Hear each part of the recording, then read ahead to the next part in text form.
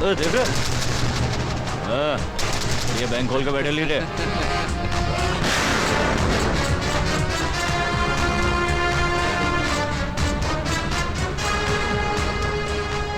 हाँ भैया,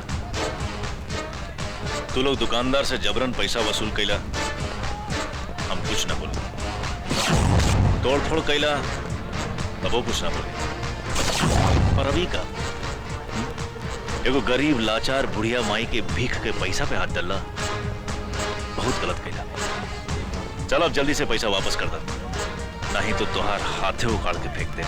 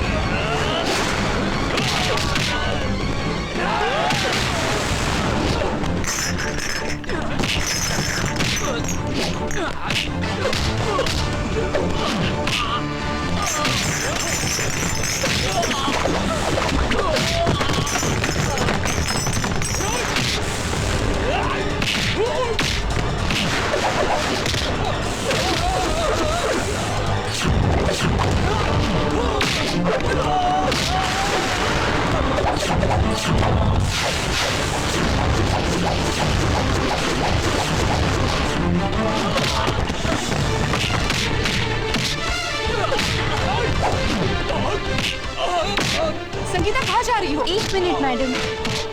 अरे भैया, ई रास्ता कहे जाम बा? गुंडा लोग चंदा खातिर मारपीट कर रहे हैं। चंदा खातिर मारपीट? हाँ।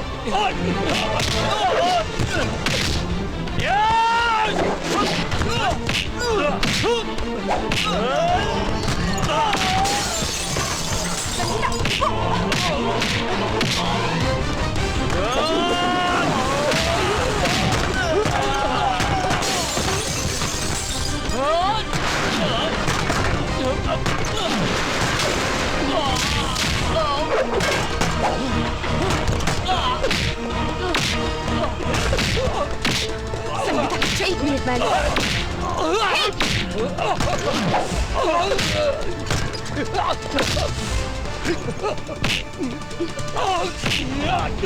सुनिए यो गुंडा, ये तुम जैसे बदमाश लोगों की जगह नहीं है।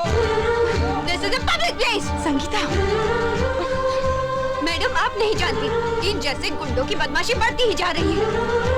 नहीं संगीता, यहाँ से चलो, हम किसी को ढूंढने निकले हैं। चलो, अंडरस्टैंड? चलो चलो।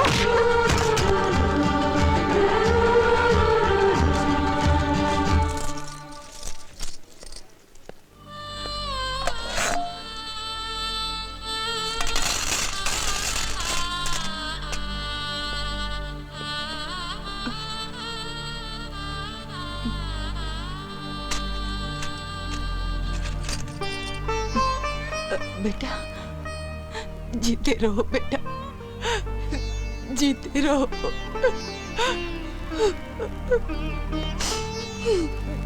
जे देखित तो के देखते रहित, इतना सिंगार सजैती।